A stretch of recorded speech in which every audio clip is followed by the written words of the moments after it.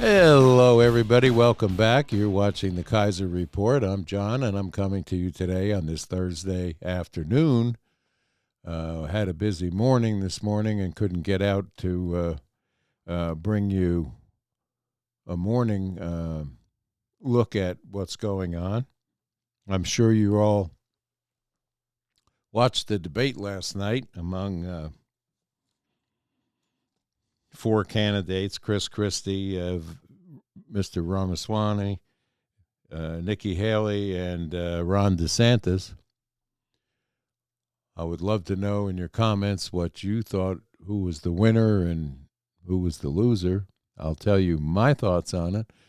I think that Chris Christie was the loser.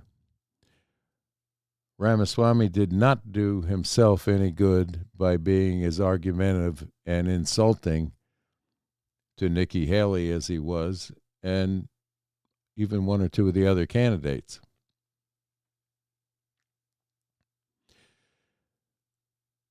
I believe he came off as an angry little man, but smart man. I'll give him that. Is he ready to be president of the free world and leader of the free world? I don't think, in my estimation, that he cuts that figure. And in other news, I guess we have another censure going to take place in the House, and that's for the fellow that liked to ring burglar alarms to stop a vote that wasn't quite going the way of his party, or delay the vote. So I'm glad to see something being done there. But Menendez still is sitting there with a vote. Nothing's been said or done there. AOC, the squad. The squad. They worry me. What's the point? But other than that, let's see. What else is in the news today? I think Megyn Kelly did a great job as a moderator in that debate last night. She kept their feet to the fire and made it move along good. I really liked the way she performed. It was a good panel. The questions were good. Some of them remained unanswered. The economy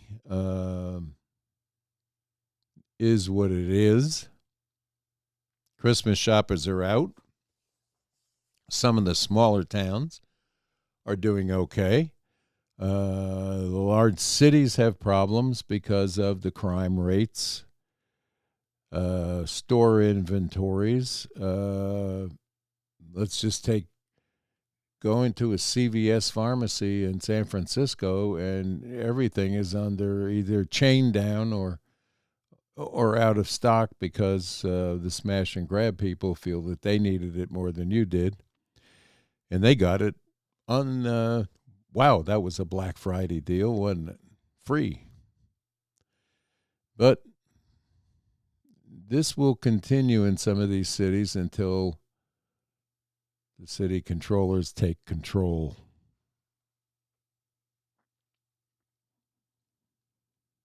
It's a rather unusually warm day here in East Tennessee, Southwest Virginia. It's in the high 40s, early 50s.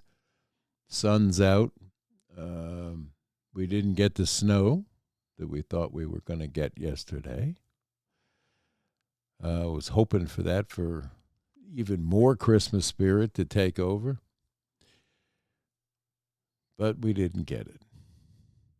News this morning, one of our ships had to take out another drone, another Iranian drone shot at the ship, one of our destroyers. They took it out before any damage was done. They're still fooling around in the Red Sea trying to disrupt shipping. Iran needs to be talked to, and unfortunately, in my estimation, the only language that they do understand is violent. So something has to be done, whether it's diplomatic or sanctions. They feel that they're going to be the new oil producer for the world, all except us, because, let's face it, they hate us, as most countries over there do. However, there's a lot of them sneaking through our southern border. Another 20-some thousand came through yesterday through broken fences and waved hello to the border people that were there on their way by. They say there's another 150,000 waiting in the wings. This has to get closed. We just cannot sustain a wide open border any longer in this country. We have no place to put these people. These people are not coming in and earning a living. These people are coming in and getting whatever handouts they can and a ride to a city of their choice. Not exactly the correct thing to do. As I said in yesterday's broadcast, these people are not immigrants. They're not migrants. They are criminals. A criminal act of entering into this country without doing the proper vetting and paperwork is illegal. But we have to call them nice names because we have to be inclusive. It's a shame. The border is out of control. Here's 4 people on the stage last night that didn't, they talk about it, but they don't come up with a plan. Show me your plan for what you're going to do with the illegal people in this country. How are you going to handle this situation? Tell us that. Tell me how you're going to fix the economy. Tell me what you're going to do with rolling inflations that are forecasted for 24, 25 years.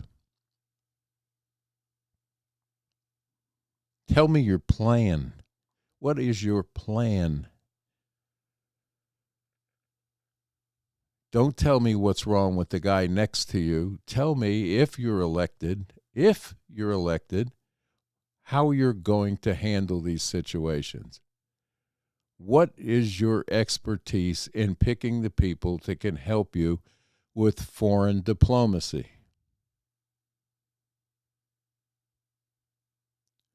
Who are going to be your generals, your admirals, the people that are going to advise you when, where, and what is going to be needed to fix the problem of someone trying to blow up our ships and attacking our troops on the ground in various places in this world.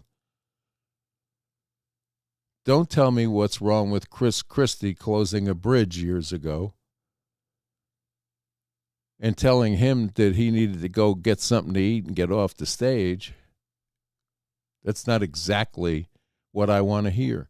What I want to hear from you as a candidate, or anyone as a candidate, is here are the problems. What's your solutions? Solutions are what we need. We need the answers to what's going to take place to fix this problem or that problem. How are you going to reduce government overreach? How are you going to get rid of some of these agencies that are useless? Starting with the Board of Education that's not needed. You look at the hearings yesterday uh, senators were asking a question of the person in charge of the welfare of the children that came in without parents across the border that are being placed with foster homes or foster, well, I guess you would call them intermediaries. These kids are being put into child labor camps. They're being forced into sex prostitution. They're being, well, let's put it this way. There's 80,000 of them, and I think the number was 40-some thousand that they don't know where they are. And this woman had no answers. Well, I don't have that exact information. This is what they say. When the senators asked her, why are you not doing your job? Well, let me explain what we have accomplished. No, we don't want to hear that. Answer the question. Where are 40-some thousand young people that you had charge of protecting? Did you vet the homes that you sent them to, or the people or the businesses in some cases that they sent them to? Well, I don't have those numbers. I can't answer that. This is a useless agency, which most of the agencies that you look at in Washington, D.C. today are career stepping stones for somebody that really doesn't want to work, but they want the accolades and the name and the position. And we pay these people. We pay them well to do a job that they don't do. These are children that literally have been pimped out by this person. And then to turn around and say, well, we don't know how to contact or know where they are. We have Border Patrol agents and ICE agents acting as travel agents because they can't do their job. They don't have the time. They're busy booking border crashers airline tickets to send them to a city like Chicago, New York, San Francisco. You know, the sanctuary cities, which is another travesty. Xi Jinping visits San Francisco last month to meet with Biden. Well, miraculously, they cleaned the city travel route completely up, even the feces off the streets, and lined the streets with communist Chinese flags to make it look all great for Xi Jinping. Who are we catering to here? Within hours after taking down the barricades that magically held back all of the homeless, within hours, they trashed it back and the feces was back in the street. They issued maps on how to get around the streets littered with human feces. Look it up. I'm not making this up. Because if you told somebody this out of the ordinary, they'd look at you and say, that can't be true. But it is. How about we clean up the city for the people who are tax-paying citizens of that city that have to live there, work there, travel through there? Not to mention, it used to be one of the greatest convention cities that you could go to in the United States. I attended many, many medical conventions there. The Moscone Center. It was a wonderful city. Not anymore. Same thing with New York, as it's happening there. People say, well, the police won't do anything. How can they? How can they perform their job? And you'll have newscasters saying, and the police just stood by and watched. Well, what else are they going to do? If they arrest you, they take you into custody, you're back on the street within hours with no charges and no bail. And you cannot convince me that half of these protesters that come into these cities to do the damage, the harm, and the protesting are even from those cities. They're not. We have a problem in this country, and we need a leader with the solutions to fixing some of these problems. How are you going to accomplish it? You want my vote? Fine. Tell me what you're going to do. Donald Trump stood there when he was elected back in 2016, and he said he was going to do this, that, and he came in and did it. Do you think that will happen again? Possibly. I think what they're doing to him is a travesty with these court appearances and, a judge in D.C. saying that, he's already guilty and she's going to put him in jail. Based on what? January 6th? There's enough to debunk January 6th and show the participation right on from Pelosi on down that made that possible. It certainly wasn't the president standing there telling them, go and do it peacefully, which he did. And they want to jail him over it now. They're going out and finding people that were just present there and trying to put charges on them. The Democrats have destroyed our way of life and continue to try to destroy it more because they all stick together, protect each other, and the Republicans have to infight.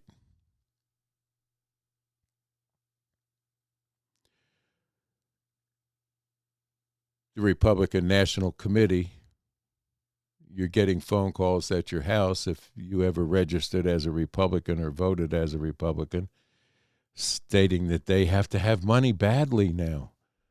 Well, maybe they shouldn't put Ronna McDaniels back in there, the Romney Knight that she is, and then maybe somebody would, continue to fund the clown show. It's not good. Here it is, the Christmas season again, and we have to go through this. Should be a happy time, but I remain happy, and I believe that the good Lord will look down on us and give us the answer, because we're not getting it from these politicians. All I get from any of these politicians is letters, emails, and requests by mail for money. We got to have your money. And then they go in there and waste it. And whatever's left after their campaign, they use it illegally. Just ask AOC. And it's not Republican, and it's not Democrats, and it's not the independents. It's all of them. As I've said in the past on this program and other programs, don't support any politician that's a career politician. Find somebody that's been in business, had to write paychecks, had to deal with employees and their families, and did it right, and ask them politely if they would like to run for an office and go in and put your 1 or 2 terms in and go back to your walk of life. That's how it was designed. And all of a sudden now we school politicians. So all they do, well, look at Bernie Sanders. Never held a job in his life other than politics. And we're going to let somebody like this be the leader of the free world? I don't think so. So as I say all along, when you vote, you got to vote looking at the down ballot, because these people that are sitting in the Senate and Congress right now may need a change. We have some good ones. And I was I'm so impressed with Marsha Blackburn and how she handles herself on the Senate floor and her arguments. She gets it. Why can't the rest of them get it? Why does the left side stick together while the Republicans throw each other under the bus? If you have an answer for that, I'd love to see it. Anyway, it's Thursday afternoon, and we're looking forward to a weekend coming up. There's quite a few programs that are probably in your community. Don't forget to support the arts. If there's a nutcracker being performed near you, or a Christmas show like a Christmas Carol, something like that, go enjoy it, support the art, and get in the Christmas and Hanukkah spirit, and pray for this country, pray for the people that have to run this country, that they become wise enough to back us out of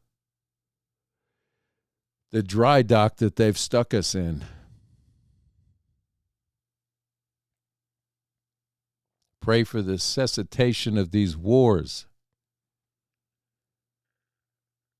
And God only knows what the next one is going to pop up to be. We're fooling around with Taiwan and China, now Africa. It's not a good thing. And we're hoping and praying that something will happen and people will come to their senses. So with that, go out. I got some more Christmas shopping done today. I hope you're doing yours. Shop local. Your merchants will be happy to see you. And I can't wait to bring you the rest of the news tomorrow. Have a great evening. And with that, I'm going to get on out of here.